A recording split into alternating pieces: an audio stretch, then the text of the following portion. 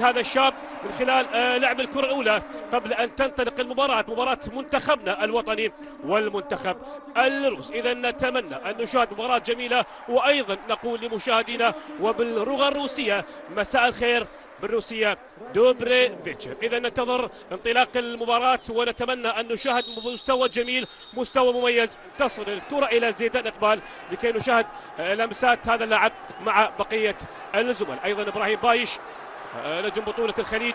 كرة الآن المنتخب الروسي يستحوذ على الكرة، وهذا أمر طبيعي. منتخبنا بتنظيم دفاعي، العرضية المحاولة، الكرة تبعد، تصطد بمصطفى التأهل إلى المونديال. أيضا منتخبنا الأولمبي بتواجده في بطولة الدوحة الدولية.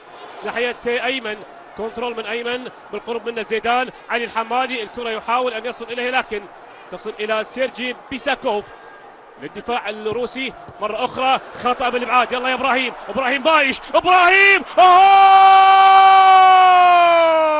الله يا إبراهيم. كرة حاول أن يستغل خروج الحارس لكن بالنهاية شاهد المخرج مركز على ليتفينوف.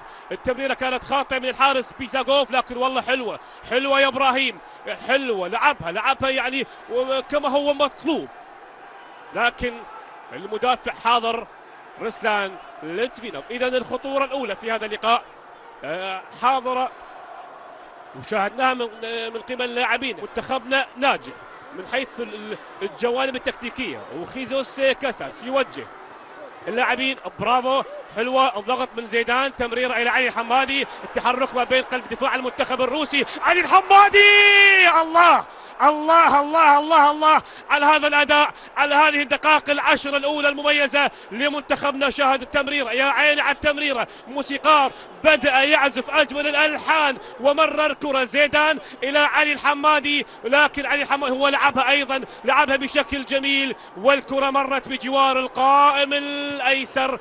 من خلال الربع ساعة الأولى من اللقاء الكل وكل من يشاهد اللقاء ومن خلال الربع ساعة الأولى يشعر بالتفاؤل، يشعر بالفرح، يشعر بالهدف الأول قادم، لكن الكرة أيضا علينا استغلال هذه الأخطاء. هذه المرة علي الحمادي حاول أن يستغل التمريرة الخاطئة من الحارس. شاهد خلونا يعني ما نتحدث عن الكرة، نتحدث عن الضغط.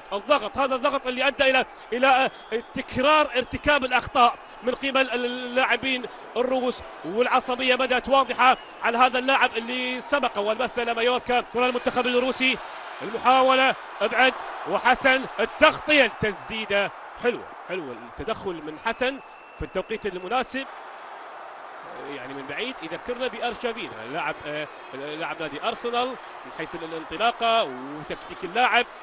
المحاولة الآن المنتخب الروسي يحاول التسديد، لكن التسديد وهذا هو سلاح المنتخب الروسي. يلا يا حسن، يحاول يمر، يبحث عن زميل هذه المرة الثانية. حسن يستلم الكرة ولا يجد زميل بالقرب منه، يعود بالكرة إلى علي عدنان، وبالتالي من علي عدنان إلى جلال حسن. جلال كرة أمامية تعبر خط المنتصف إلى علي الحمادي. يلا يا أيمن، هي جول. لا لا لا لا لا لا لا لا لا لا لا لا لا أيمن حسين بانفراد بكرة وهو يواجه المرمى وسط حصرة عدنان درجال في اللقطة الماضية. شاهد تمريرة مثالية طويلة عابرة للقارات من جلال، وصلت على طبق من ذهب. يا أيمن فرصة سانحة والمرمى أمامك، لكن الكرة ضاعت، هدف ضاع على منتخبنا، وهذه فرصة ثالثة محققة تضيع على منتخبنا. شاهد مر وتقدم، لكن اضغط يا حسن، حلوة يا حسن. كرة الآن للمنتخب الروسي، تمركز جيد من علي عدنان مرة أولى ومرة ثانية. برافو يا علي عدنان، تمرير أمامية بانطلاقات علي الحمادي. علي الحمادي يحاول بالسرعة، بالمهارة، بالحس التهديفي. علي الحمادي ينتظر الزميل، مر وتقدم علي الحمادي العرضية. يا الله، يا عيني ويا سلام ويا جمالك ويا مهارتك يا علي الحمادي في اللقطة الماضية. شاهد ثقة هذا اللاعب، مر وتقدم ولعب الكرة العرضية، لكن العرضية صدت بماكسيم أوسينكو في ملعب فيجيت. كرة تبعد، إبراهيم بايش، المنتخب الروسي. علي عدنان، حلوة يا أيمن، الحمادي، علي الحمادي، علي الحمادي، كرة خطرة، منتخبنا يحاول زيادة عددية. يلا يا زيدان، يلا يا زيدان، يلا يا زيدان. الله الله يا زيدان، عندما تصل الكرة إلى زيدان في هذا الشوط وفي الدقائق الماضية. المنتخب الروسي، لكن يبقى المنتخب الروسي خطير، ما يمتلك من عناصر، ما يمتلك من حلول. الضغط يا شباب، يلا يا علي عدنان، كرة الآن داخل منطقة الجزاء. الله، حلوة حلوة يا مصطفى ناظم، والإبعاد وبفدائية، والكرة إلى الركض الركني. نقترب من نصف ساعة أولى من اللقاء مشاهدينا متابعي قناة الرابعة الرياضية، وعلى المستوى التكتيكي إلى الآن وإن شاء الله يستمر هذا التفوق. كانت النتيجة تشير إلى تقدم منتخبنا. برافو، حلوة يا إبراهيم، يلا زيادة عددية حاضرة، الزميل حاضر، تسديدة قوية، حلوة حلوة حلوة يا إبراهيم، على سياسة ومبدأ القادمون من الخلف. الضغط ولد استخلاص كرة، وشاهد زيادة عددية، 3 مهاجمين على مدافعين، ولكن إبراهيم بايش سدد، والتسديدة أنقذها ببراعة الحارس سيرجي. من جهة اليسار اضغط يا أسامة رشيد.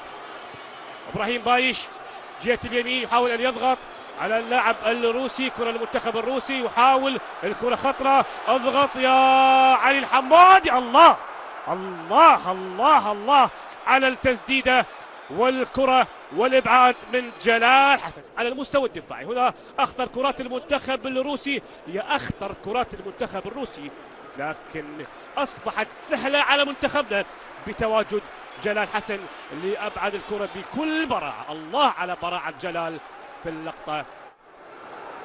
زيدان إقبال يحاول الله الله الله، يرقص على أنغام الطرب الروسي، وهنا يشاهد الكرة مررها إلى أيمن، لكن خروج الحارس. شاهد اللقطة الماضية،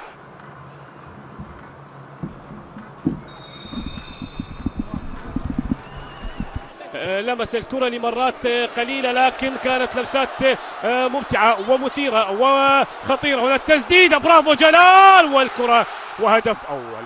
بعد أن أبعد الكرة جلال حسن أتت المتابعة من أنتون ميراتشوك، وهدف أول للمنتخب الروسي في الدقيقة 5 من الشوط الثاني. هدف أول، هدف أتت من خلال المتابعة للمهاجم أنتون ميراتشوك، دخل بديل، وبدخوله أتى الهدف الأول للمنتخب الروسي عن طريق اللاعب ميراتشوك.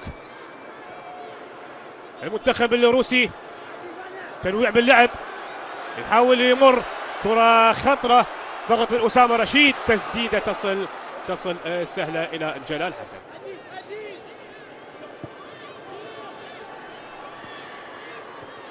ميراتشوك، المنتخب الروسي خطير في الشوط الثاني، كرة خطرة خطرة خطرة، لكن مرت بسلام على مرمى منتخبنا وعلى مرمى حارسنا جلال حسن. المنتخب الروسي في الشوط الثاني يعني شكله أن اللاعبين تلقوا توجيهات قاسية ما بين الشوطين من المدرب فاليري كاربين، وبمعنى آخر أيضا منتخبنا كان ممتاز في الشوط أمامية الكرة ناحية سيرجي بانييف، ضغط علي فائز، خطرة المنتخب الروسي، خطرة داخل منطقة الجزاء، سدد كرة وهدف ثاني. يعني مر بسهولة من جهة اليسار، مر وراوغ ودخل منطقة الجزاء وسدد. شاهد التمرير، هو نفس السلاح، الكرات الطويلة خلف مدافعينا، وسرعة اللاعبين الروس هم أسرع من لاعبينا، وشاهد مر بكل سهولة، مر وتقدم، راوغ علي فائز وسدد الكرة. وين الضغط، وين البريسينج، وين المتابعة؟ دانييل جليبوف إلى القائد دانييل فومين، عودة كل لاعبينا إلى المناطق الدفاعية. شاهد التباطؤ بالضغط على لاعبي المنتخب الروسي. هنا محاولة، كرة خطرة، الله يا جلال، مرة ثانية عادة راسية، جلال يواجه المد الروسي الهجومي، والكرة لا تزال داخل منطقة الجزاء، راسية خطرة، ابعد يا علي فاز. اختلاف الأداء ما بين الشوط الأول والشوط الثاني، هل يعود إلى العامل البدني إلى اللياقة البدنية. شاهد اللقطة أشبه بركلة جزاء متحركة، لكن شاهد مرة أولى ومرة ثانية، وجلال حسن وحيدا فريدا في ثواني ماضية المنتخب الروسي يواجه جلال حسن، وجلال ينجح بكل براعة بهذه اللقطة واللقطة اللي قبلها ولقطة الشوط الأول. وعلي عدنان المنتخب الروسي الآن التسديد لكن إلى الخارج. علي عدنان ترك أرضية الملعب، وأيضا إبراهيم بايش. الآن حسن رائد يتواجد مدافع جهة اليسار، وحسين عمار. عدنا إلى الرسم التكتيكي 4 مدافعين. خطأ للمنتخب الروسي، كرة عالية داخل منطقة الجزاء الرأسية، العارضة تبعد الكرة، وأمجد عطوان مرة ثانية. عامل اللياقة، بالتأكيد اللياقة تؤثر على التركيز، والتركيز يؤثر على الأداء، وهذا ما ظهر واضحا في أداء لاعبين في الشوط الثاني. هنا القائم الأيسر